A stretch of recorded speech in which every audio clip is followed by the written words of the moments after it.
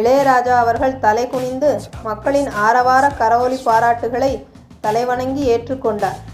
ராஜாவை பேச அழைத்தார். சிம்பொனியை நான் விளக்கிச் சொல்ல முடியாது, நீங்கள் அனுபவித்தால்தான் சரியாக இருக்கும் என்று கூறி இசை என்பதன் பொருளை நமக்கு மிக எளிதாக உணர்த்தினார். சிம்பொனி நிகழ்வில் ஒரு ஆச்சரியம் இருப்பதாக முன்னதாகவே இளையராஜா சொல்லியிருந்தார்.